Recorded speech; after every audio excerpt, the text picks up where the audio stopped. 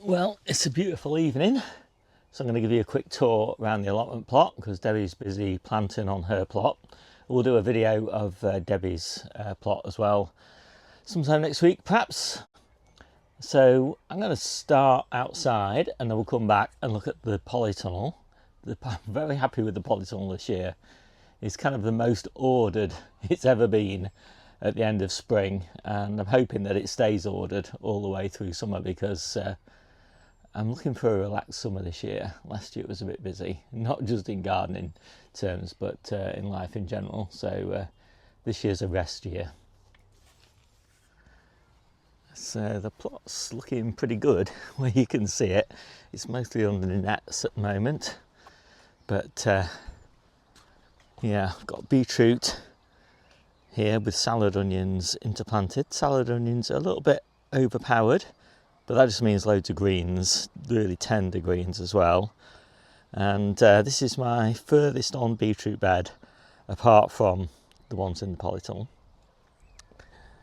I've got my garlic and I've mulched it up with fresh mushroom compost. And yeah, it's really loving it, and it's thickening up quite nicely. I did dig down, have a look at some of the bulbs, and they're really quite respectable. I've just popped some Savoy cabbages down the middle there, and I'm hoping that that kind of canopy of garlic leaves keeps the birds off them. These are the earliest potatoes that I've got in the ground, and again they're looking pretty good. I'm quite happy with them. I've earthed them up. I'm not going to earth them up again. I think that's enough. And these will be out of the ground within about 4 or 5 weeks, something like that. And then I've got Brussels sprouts to go into this bed. And then all the way along here on this frame, I'm going to have climbing squash, and I've just planted them. And you can't see them because they're sort of down here, but I'll put a little video clip in so you can see them. And I'm gradually training fruit trees along here. I've got my first ones on here, and I've got a pear and an apple, and I think they look lovely, fan trained on here. And then shallots, which I was having some trouble with, I think it's hedgehogs digging around in this bed, so I had to put all these cans in to sort of keep them out. I think I can take them out now, but they're growing okay. No real sign of them bulking up at the moment, but there's plenty of time. Gooseberries looking pretty good.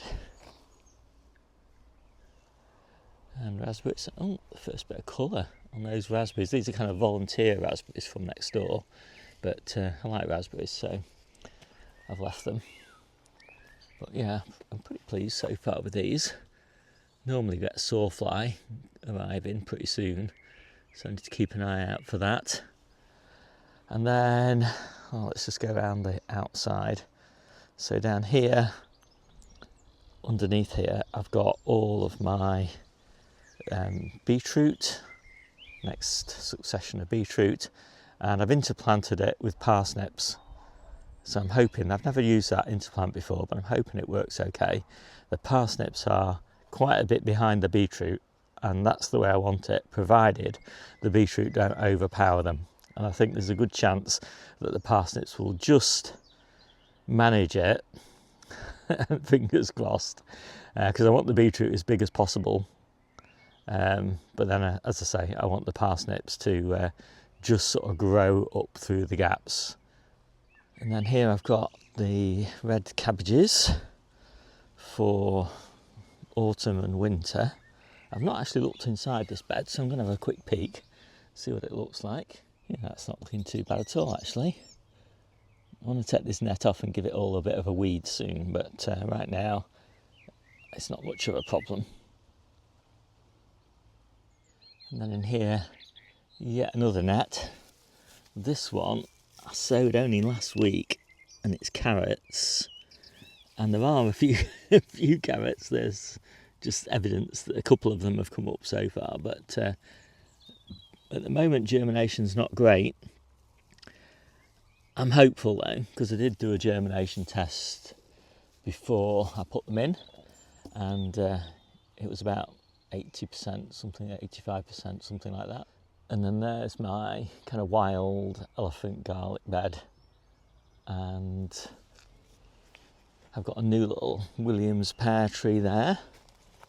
It's looking a bit feeble, but it looks okay. Cherries. This tree still hasn't given me a particularly great cherry crop. It's not looking great, is it? But I've got loads of cherries, so right now I'm not too worried. I do need to just prune these off. Really badly infected with aphids. And this is the Braben. It's looking quite nice so far.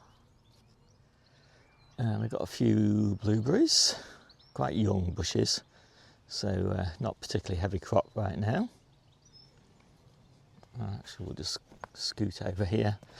So this is the asparagus bed, and I actually harvested the asparagus bed yesterday, and there's still a few coming up, and you can see here how it works with, it just pushes up in between the onions. And these are just salad onions here that I'm just letting to bulb up as much as I can. A few of them are going to seed, like all salad onions do at this time of year, if you let them bulb. But yeah, they're not too bad. They're actually quite a respectable size now. So I'll start harvesting these as mini bulb onions, because the ones in store are a bit grotty now. And then this low tunnel, it was cabbages, and it's still cabbages actually. At the end there, just a few. I'll be picking all those this week and putting courgettes in. This is actually a zephyr squash. We use it like a courgette, but it's not got the habit of a courgette. It tends to grow a really long stem, but it's really prolific and really lovely.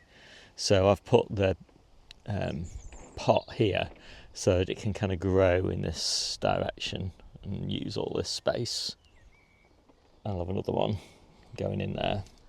And then in here I've got colettes, and down the edge I've got spinach and lettuce.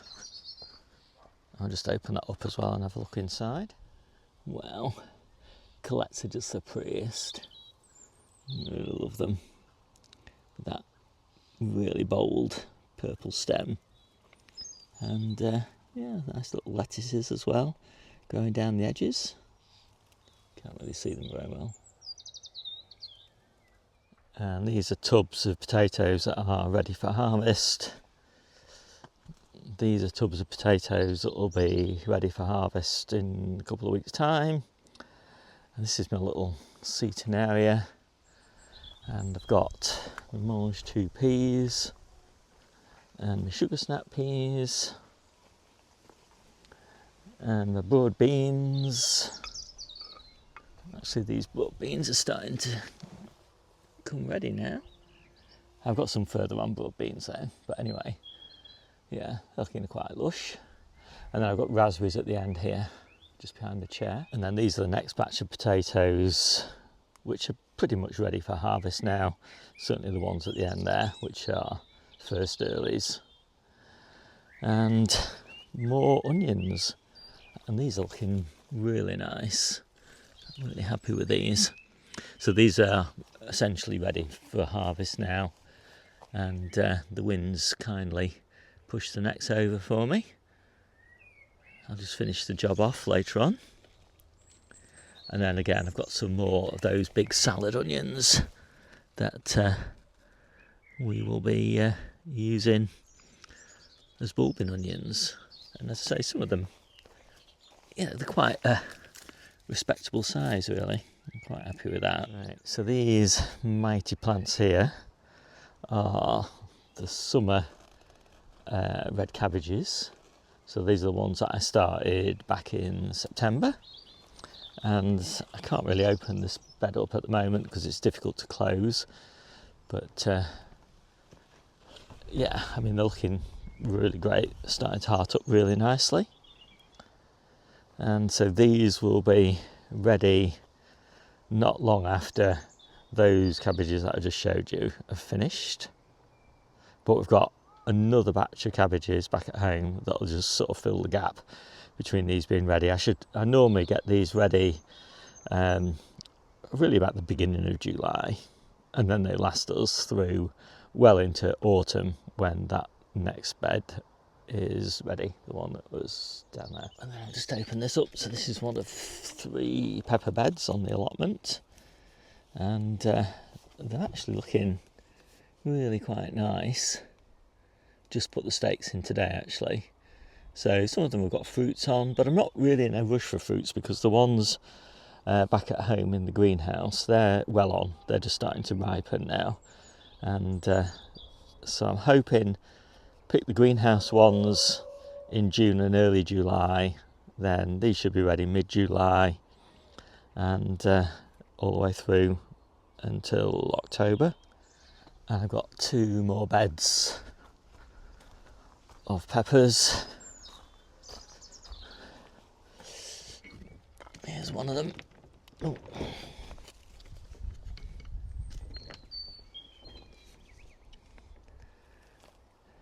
And here's the other one.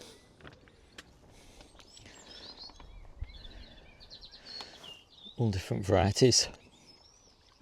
And a few potatoes there. So these were the polytunnel strawberries. They've just finished now. So I put them out just to recover, give them a good water. I might cut them back, I might not. One of my viewers, Alison, she's recommended don't cut them back, but I'm not sure. I might do half of them and see. Got another one of these frames and Crown Prince squash in there, all looking lovely. More kales and cabbages. Yeah, they're looking quite nice. Especially these little Savoys, Preludium they're called. And we've been eating them for quite a while now. We've got quite a few successions of them. They really are a treat at this time of year. And then this is the strawberry bed that's just taken over from the polytunnel hanging baskets. These are the carrots we're picking right now. Actually, perfectly respectable carrots for this time of year. I'll put that back there because I don't want to eat it yet. And I've got all these, plenty of carrots anyway. And I've got another IBC tank full of carrots as well. And then here we've got one of the cauliflower beds. So almost all of the white cauliflowers have been harvested now from this bed. We've still got one left, I think. You can see it there just coming through. All the ones that are left in here now are purple. And they're looking lovely. And I like the way I do the cauliflowers because I can plant out in February after all my winter lettuces are finished. And so I have quite a lot of cauliflower beds, as I say, that just take over from those winter lettuce beds, because I really don't need all the lettuces once I get to February and growth starts to pick up. Another frame and another load of Crown Prince squash, more elephant garlic, some more garlic, and then this bed is the ever-bearing strawberry bed. There's a few coming ready, but really I want these for August, for July and August and September. Looking pretty lush. It's all wood chipped. And then when all those carrots on top of the IBC tanks are finished, the ones in the containers, then I'll be switching over to this bed, and this one should last us for the remainder of summer and well into autumn. And then that bed takes over for winter and spring. And then this was a Calabrese bed, and now just got a few little cauliflowers left in here. That Calabrese has all been harvested, just a few side shoots, and then more cauliflowers which are just starting to come. But that's the furthest on one, so these will be ready in a week or two. And I just left a few carrots in here just because they Just they look so beautiful. And I've got my main raspberry frame, and it looks like it's going to be a good raspberry year. And then on the green drive here, I've just got my little orchard area. Apples, it's looking really nice. More apples. Plums for the first time ever, I think. I think I've had 3 plums or something off this tree. And this year, yeah, plenty of plums finally. More pears. I've got another pear tree as well on the allotment proper, and then another cherry tree which needs a really good prune. And then underneath there's loads of flowers. So I think that's pretty much it. Of course, we've got Debbie's plot as well and the kitchen garden, so there's lots of things that we haven't got growing here. A few red gooseberries there, a few more strawberries, and the polytunnel. So the polytunnel isn't very far on because the greenhouse is really far on, so I can afford for the polytunnel to be a bit behind. I've still got my shade in here because it's getting a bit hot in here on sunny days. So I've got the French beans, and they're a couple of weeks behind the ones in the greenhouse, which are ready for harvest now pretty much. And got a little courgette, and then these are the main crop tomatoes, which are, I don't know, at least a month behind the ones in the greenhouse, maybe a little bit more. So I've got sun golds here. The first 3 sun gold are taken from side shoots off the early plants, and then these sun gold and honeycomb are grown from seed. So that's a comparison between side shoot growing and seed growing. We'll see how they turn out.